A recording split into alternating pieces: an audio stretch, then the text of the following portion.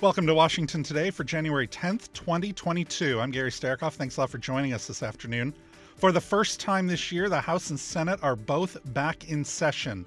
The Senate came back last week, the House gaveling in Monday night. And on Friday, House Majority Leader Steny Hoyer announced new health and safety measures for all members while in the Capitol building due to the increase in COVID-19 cases. Leader Hoyer said the House will lengthen voting times, limit the number of votes taken on the floor, and limit congregating on the House floor and in the surrounding areas during votes. According to a report today from the National Oceanic and Atmospheric Administration, nearly 700 people were killed in major weather and climate disasters in the United States last year. Those events cost a total of $145 billion. The agency has been measuring billion-dollar disasters since 1980 and said it's seen a steep increase in frequency, cost, and deaths over the past 5 years. Moderna CEO Stéphane Bancel said his company will begin clinical trials soon on a COVID-19 booster shot that would target the Omicron variant. Meanwhile, Pfizer's CEO Albert Bourla said his company would have a vaccine ready to target Omicron, ready by March. We begin on Capitol Hill, where voting rights continue to be the main topic in the Senate.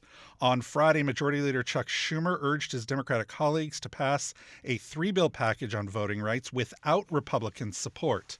But according to Alexander Bolton of The Hill, quote, Democrats are heading toward their own reckoning with their own caucus over the 60-vote legislative filibuster, which Republicans have used to block 2 sweeping election bills and a separate voting proposal named after the late Representative John Lewis. Democrats could change the filibuster rules on their own, but Senators Joe Manchin of West Virginia and Kyrsten Sinema of Arizona, both Democrats, continue to withhold support for doing exactly that for a voting rights bill while leaving it in place for other issues. Here's Majority Leader Schumer earlier today. The Republican leader has pointedly repeated to the experience of the 2020 election as proof somehow that there exists no effort to suppress the vote. But he ignores that the problem today is not just about what happened during the 2020 election, it's about what's happened after and is happening today. If Leader McConnell doesn't want to get into specifics about the laws passed by Republican legislators across this country to limit the right to vote, then we Democrats will. Despite the fact that the 2020 election was free, fair, and accurate, in the year that followed, at least 19 states suddenly decided to rewrite the rules that govern the way people vote in their respective states.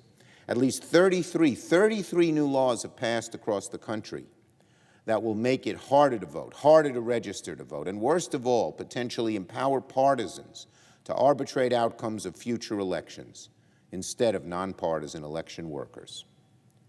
And that may be just the beginning, because legislatures in various states are preparing new laws as they enter the 2022 sessions of their legislatures.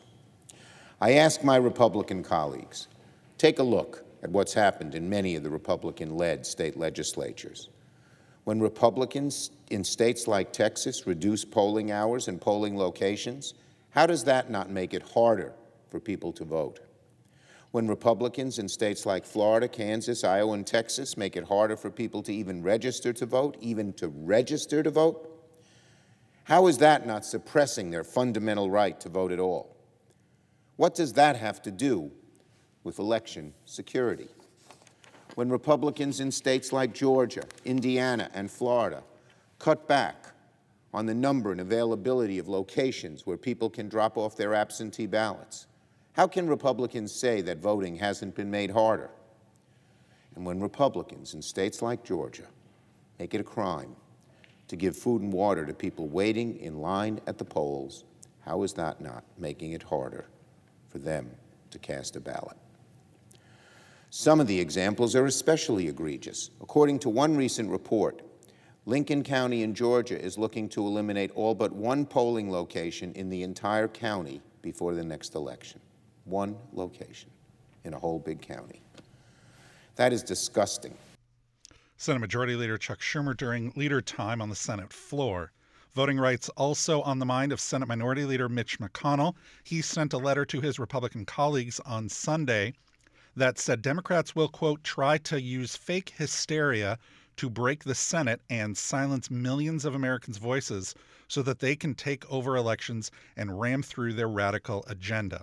The memo added, Leader McConnell and Senate Republicans have repeatedly stood up to the left and their big lie that there is some evil anti-voting conspiracy sweeping America. Here is Senator McConnell in his Leader Time remarks. The Senate Democratic leaders are trying to use a big lie to bully and berate their own members into breaking their word, breaking the rules, and breaking the Senate. We're going to spend all week sounding the alarm on the radical takeovers that some Democrats want to pull off. They want to silence millions of Americans and take over the Senate so they can take over elections, so they can take over America. Leading Democrats say they want to break the Senate because of a sinister anti-voting plot that is sweeping America. Of course, this is totally fake. It does not exist. The current control of Congress and the White House were decided in 2020 by the highest turnout in 120 years. 94% of voters said voting was easy. More Americans say current voting laws are too lax than say they are too restrictive. Confronted by the facts, the Democratic leader says they're, of course, irrelevant. He says the entire nuclear push is occasioned by what a few states did in 2021. This is utter nonsense. The senator from New York has been publicly laying groundwork to nuke the Senate rules since back in 2019, before the 2020 election. More than a year before the 2020 election, the Democratic leader was openly flirting with nuking the Senate rules if he got the power, so he'd be able to ram through bigger changes. Now, none of this was occasioned by what state legislatures did in 2021. This is actually a years-long quest for power in search of a pretext. And their hysterical attacks on state laws are fake as well. The state of Georgia passed a voting law providing for more in-person early voting than New York provides. It allows for no excuse absentee voting, which New York prohibits. If there was not a voting crisis in Democratic-run New York 6 months ago, there's no crisis in Georgia now. Senate Minority Leader Mitch McConnell during his Leader Time remarks on the Senate floor. With more on the congressional agenda this week, we spoke to Zach Cohen of Bloomberg Government. So the House and Senate are back in session at the same time for the first time of the year. The Senate was in last week, and the House is just coming into session for the first time of the year today. Not a lot of action happening in the House. They'll vote on some legislation related to NASA and veterans issues, important issues, but not exactly headline news. The real action is over still in the Senate, where Senate Majority Leader Chuck Schumer is hoping to bring up and at least consider legislation reforming the nation's elections, and in order to sort of get that done, some form of a rules change, because Republicans are opposed to all of the elections bills that Democrats have put forward at this juncture.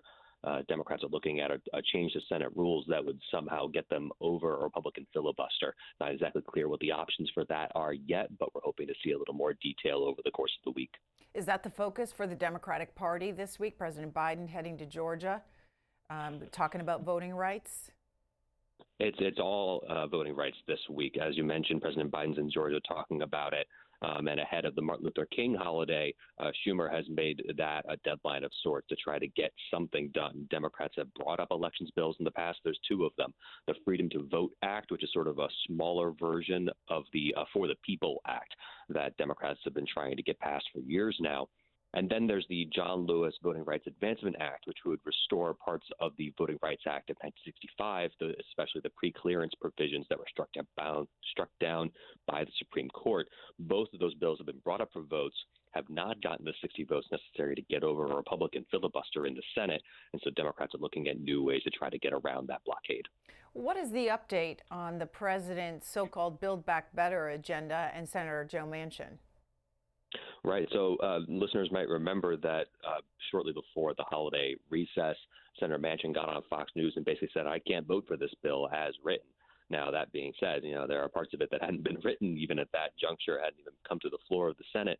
But Manchin, and as well as Senator Kirsten Sinema and all other 48 Senate Democrats have been involved in lengthy negotiations amongst each other with the White House, trying to find some way forward for this roughly $1.7 trillion care economy climate change package.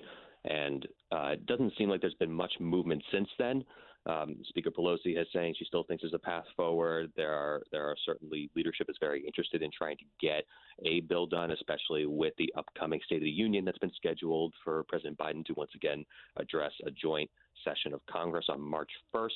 But it doesn't really seem like there's been much negotiation on that front. So in the meantime, while Build Back Better negotiations are somewhat on the back burner, Democrats in the Senate have really pivoted toward a voting rights debate.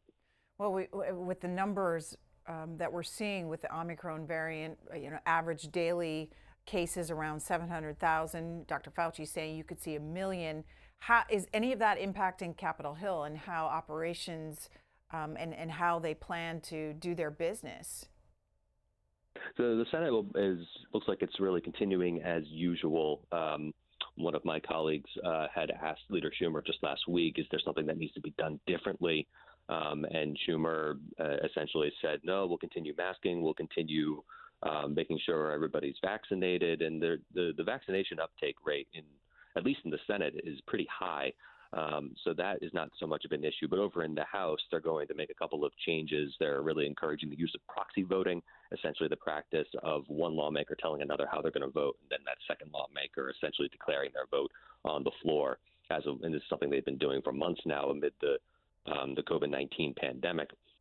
They're also asking that members not congregate on the floor. Obviously, 435 of them in one, albeit rather large chamber, is still a large indoor space with sort of mixed use of masking. And on top of that, the Office of the Attending Physician, basically Congress's doctor, has said you all should be using N95 or KN95 masks because cloth masks really aren't sufficient for the amount of virality that we're seeing in the Omicron variant. And so certainly you might see some changes over in House procedure, maybe holding votes open a little longer so that people can sort of come in and out rather than congregate on the floor. But there's really only so much they can do. A lot of what Congress does is in person.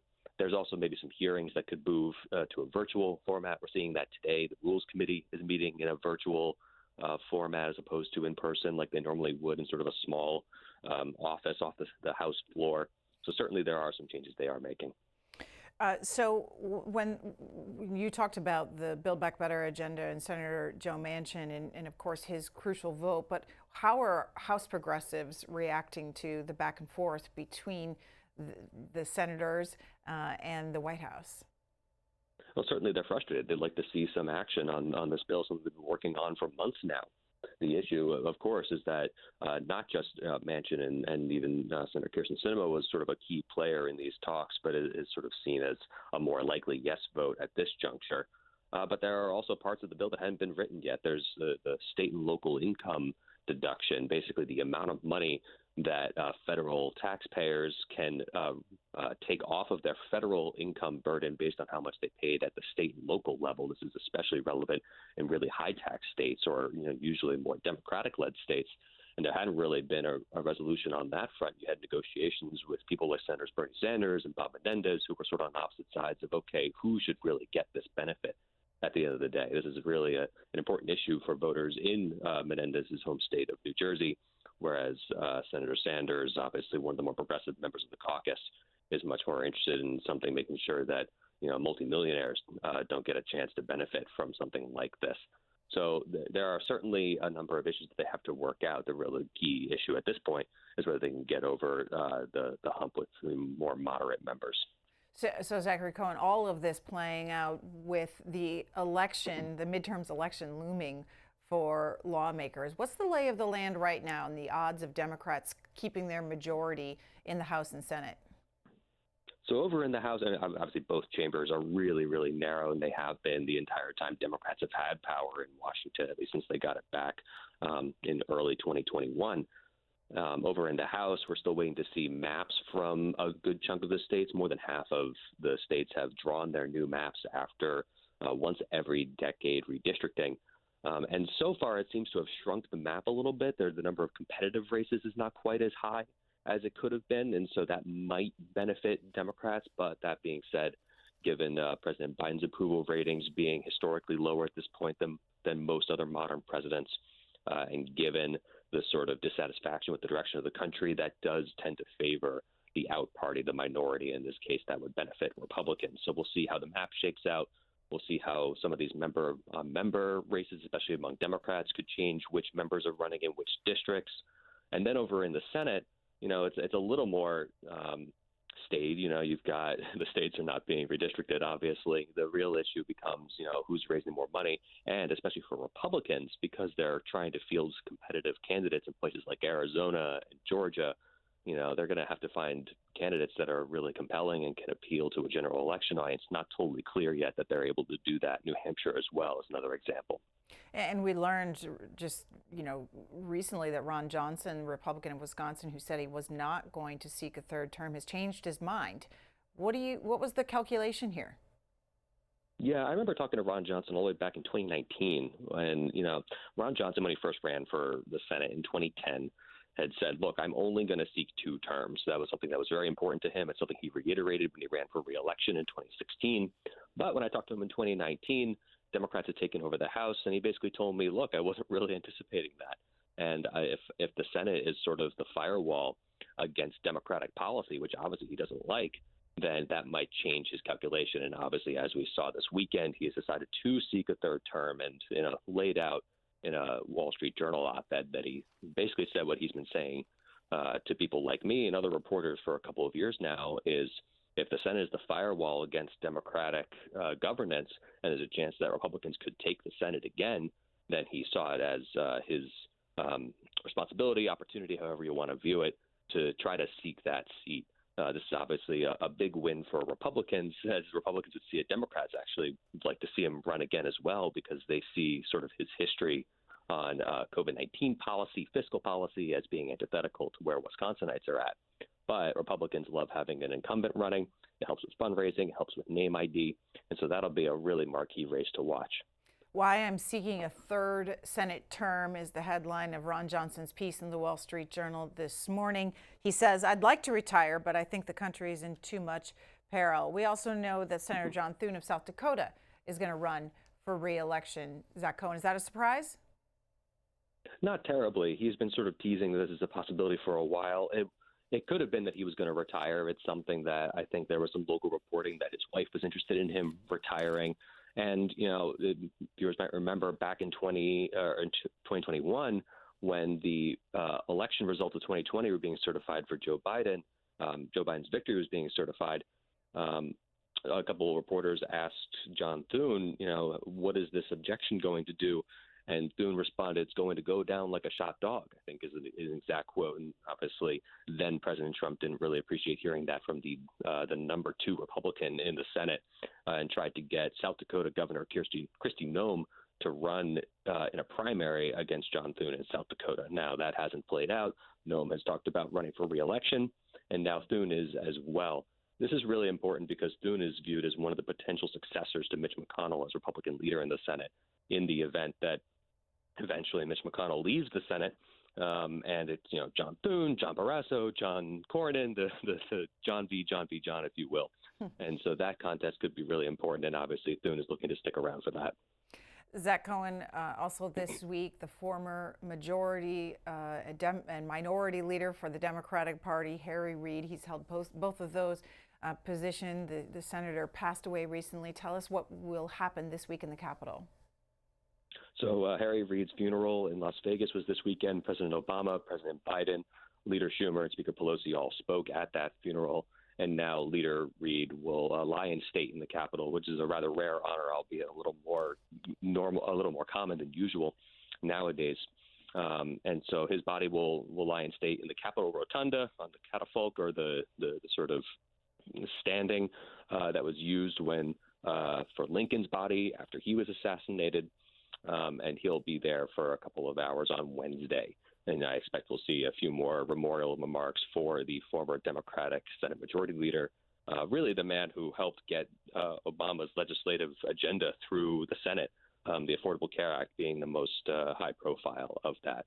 So definitely an important moment for members of both parties to recognize. There were a couple of Republicans at his funeral in Las Vegas, and I imagine we'll hear some more nice words from both sides of the aisle this week. From this morning's Washington Journal, Bloomberg government reporter Zach Cohen. You're listening to Washington Today. Here are some of the live events on Tuesday on C-SPAN Radio. At 10 a.m. Eastern, the top health officials from the Biden administration testify before the Senate Health, Education, Labor, and Pensions Committee about the COVID-19 pandemic. They include Dr. Rochelle Walensky, the CDC director, Dr. Anthony Fauci, head of the National Institute of Allergy and Infectious Diseases, Acting Commissioner of the FDA, Dr. Janet Woodcock, and Dawn O'Connell, Health and Human Services Assistant Secretary. Also Tuesday, President Biden and Vice President Kamala Harris travel to Atlanta, Georgia, where they will talk about voting rights ahead of Senate votes expected on voting rights reform bills. All on C-SPAN Radio, available anywhere on the free C-SPAN Now mobile app.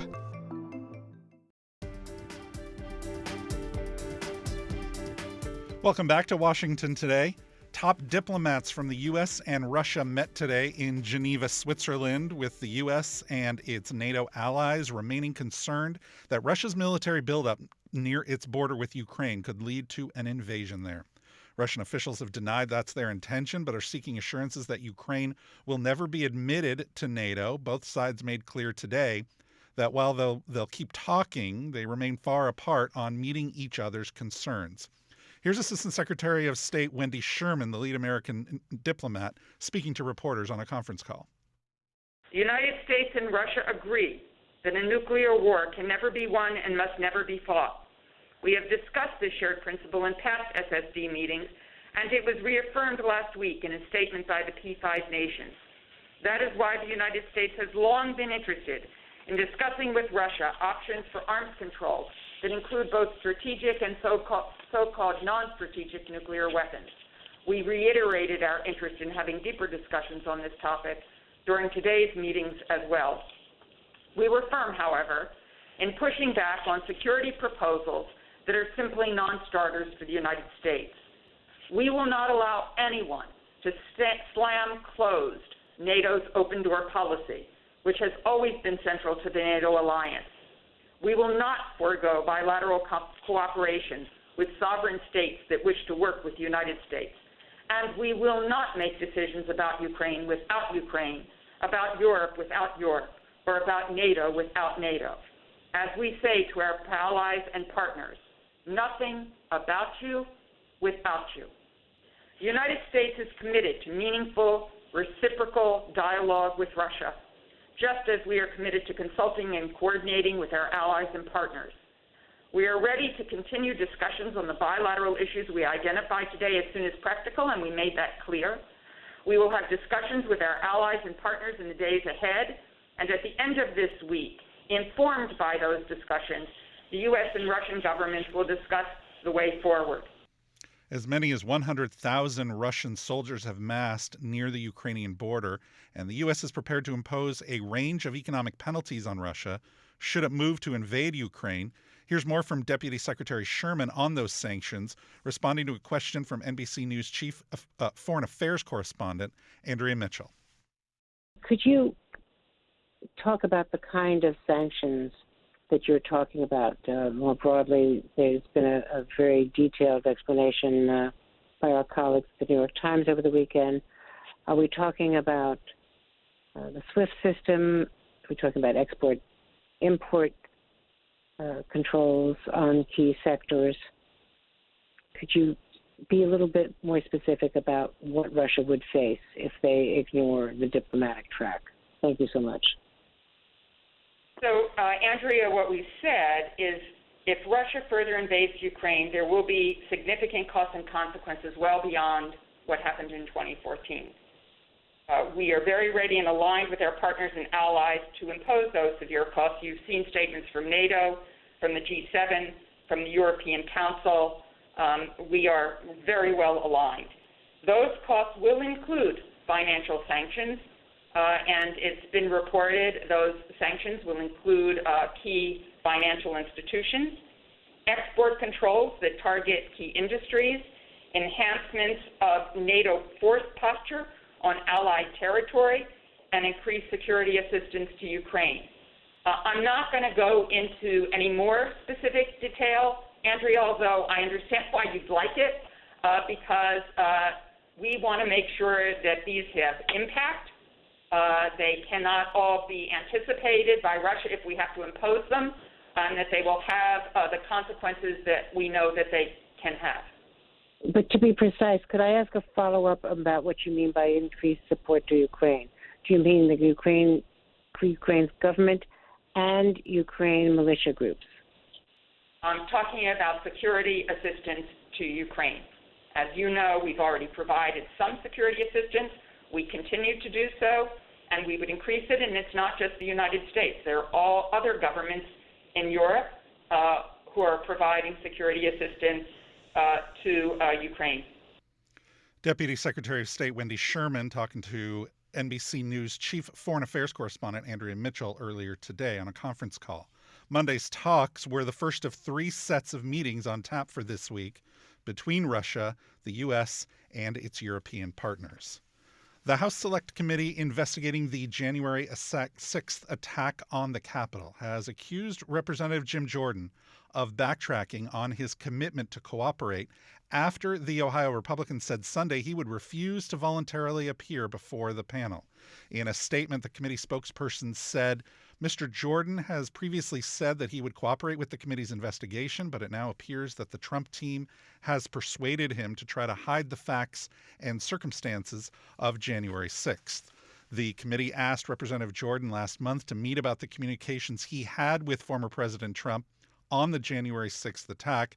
Representative Jordan previously said he has, quote, nothing to hide about his actions surrounding January 6th. But in a letter to Committee Chair Benny Thompson on Sunday, Representative Jordan called the request to meet a, quote, unprecedented and inappropriate demand. Jim Jordan is one of the 3 people the committee has recently asked for voluntary cooperation in its investigation. The other 2 are Fox News host Sean Hannity and Pennsylvania Republican Scott Perry.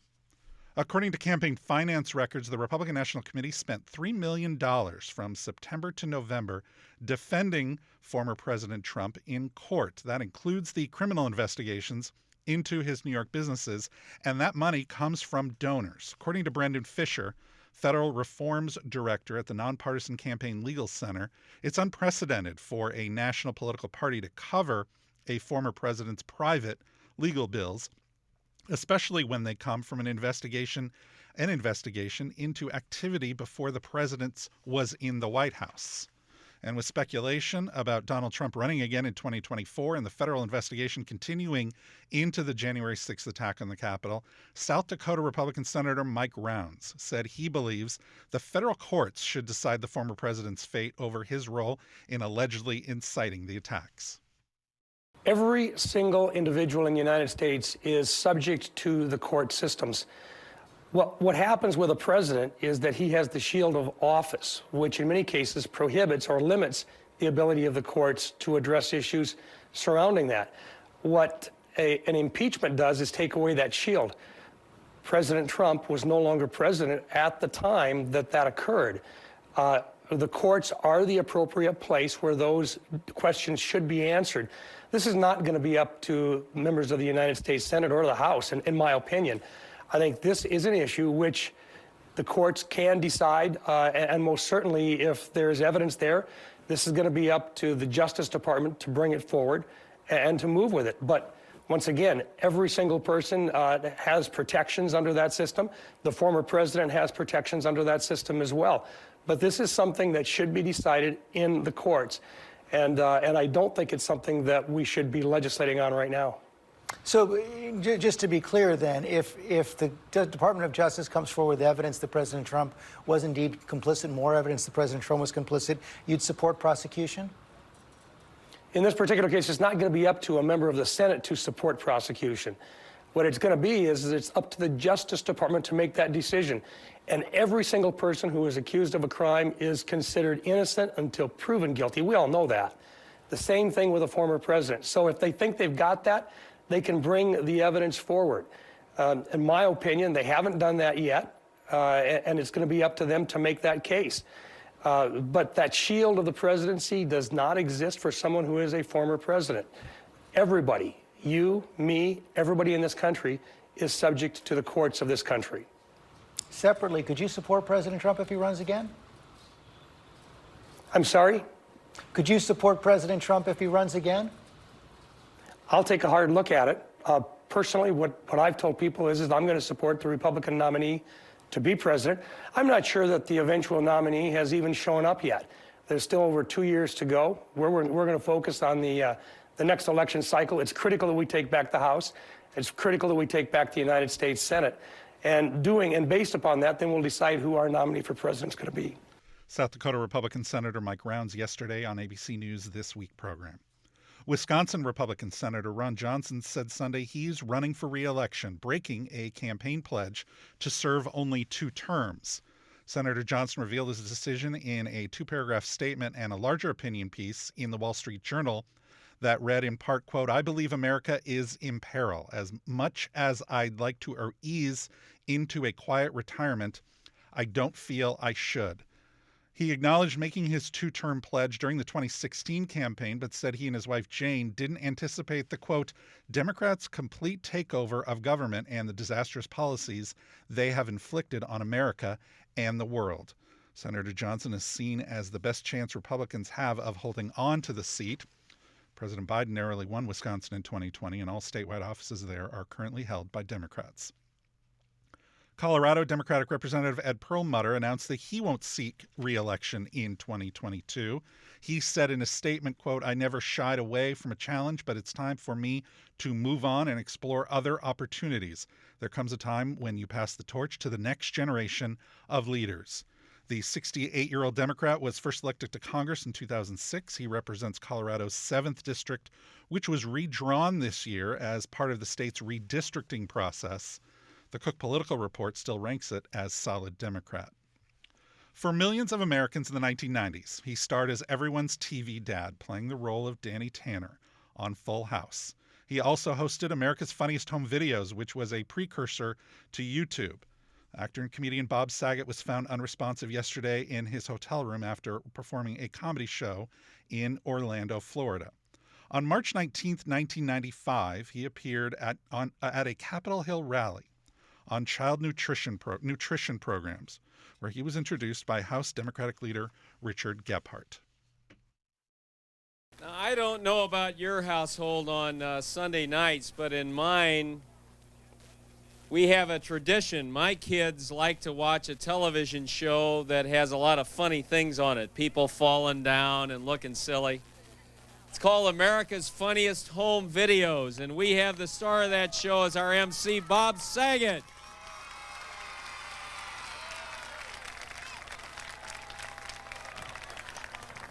Thank you very much. Thank you, Mr. Roosevelt, Mr. Truman, Mr. Washington, Mr. Lincoln, everyone. Thank you very much, gentlemen. Thank you, Congressman Gephardt, for your very kind words. That was very nice. To be associated with people falling down brings me a lot of joy. I am very pleased to be here with all of you. Very, very pleased, and very pleased to be here with all these great kids that are up here right now. And they deserve a round of applause because look how good they are. My kids would never sit here this long. I never thought when I was in school, elementary school, that I would one day be defending the cafeteria lady. The lady with the mashed potatoes, the food I sometimes, just God forgive me, I mixed it together. The little ice cream with the wooden spoon. I got a splinter in my teeth, not unlike George Washington, the father of our country. And I am here today to defend chili con carne, pizza, and whatever good nutrition you can get for $1.50. Actor-comedian Bob Saget in his lone C-SPAN appearance. You can see more from that event at cspan.org and on our free mobile app, C-SPAN Now. Bob Saget was 65. President Biden, Vice President Harris, House Speaker Nancy Pelosi, former President Barack Obama, and hundreds of others gathered in a downtown Las Vegas theater on Saturday to pay tribute to the late Senator Harry Reid. Speaker Pelosi, in her words, remembered the former Nevada senator as a fearless, strategic, knowledgeable legislator who never forgot his mission of fighting for working families. For the 12 years we served together as leaders in our respected houses, I had the privilege of seeing his mastery firsthand, rescuing American families with the American Recovery and Reinvestment Act, protecting hardworking consumers with the Dodd-Frank reforms, and championing the passage of the Affordable Care Act, just to name a few, under the leadership of President Barack Obama and Vice President Joe Biden. When he retired, and we would no longer be speaking constantly on the phone, he came to my office. This was when he announced his retirement. He said, "Nancy, I have something for you to remember me by." I thought it might be a handwritten note or a special photo. Instead, he unveiled a massive bald eagle, stuffed, but the wings still capable of fluttering in the breeze. Shocked, I said, "Harry, did you go hunting and kill an endangered species?" He said, "No, he died flying into a power line, and I called him Sparky." Whether symbolic of his patriotism with the bald eagle, his environmentalism, or his dry sense of humor, and dry it was, it is one of the finest and most curious gifts I've ever received, and a subject of great question in the Speaker's office. Today, this majestic bird has flown from the Senate Leader's office over to the Speaker's office, appropriately and with his permission, now called Harry. President Biden also spoke at the event. He served with Senator Reid in the Senate. He said Harry Reid's rise from poverty in the small town of Searchlight, Nevada, to the U.S. Senate is proof that ordinary Americans can accomplish anything. Over 5 decades, we became genuine friends. The Irish Catholic kid from Scranton, Pennsylvania, and the Latter-day Saint from Searchlight. You think I'm kidding. But Harry is like the guys I grew up with back in Scranton and Claymont, Delaware. Harry would always have your back, like the guys I grew up with. Harry had mine, and he knew I had his. Although I sometimes wondered, when I was trying to make an important point to Harry, about whether he really did have my back as he hung up. But to tell the truth, every time he would do it, I knew it was the real Harry. It was him. He had all he needed. He didn't want any more or need any more. And we did share some similarities. As Barack said, we have loving families, wives that are smarter and better looking than we were. And Harry and I both like to talk a lot. I'm just testing whether you're asleep yet.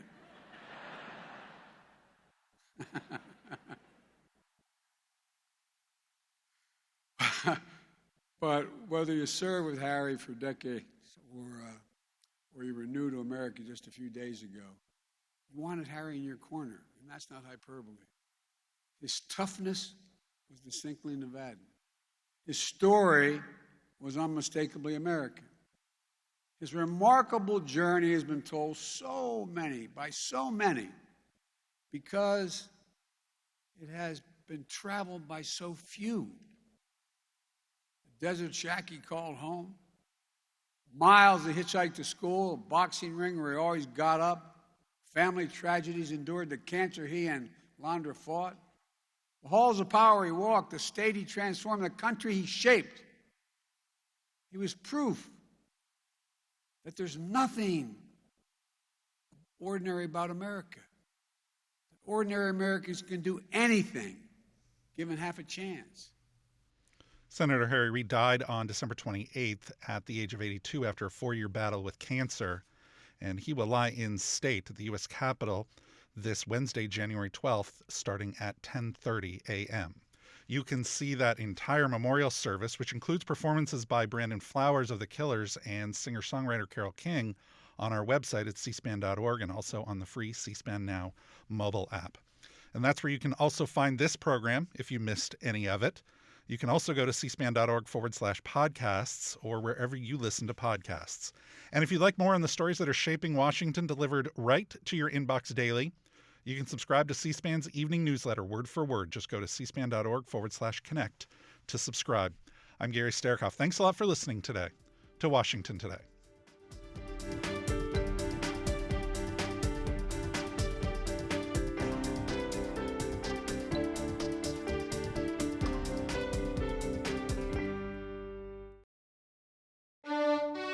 C-SPAN's Washington Journal.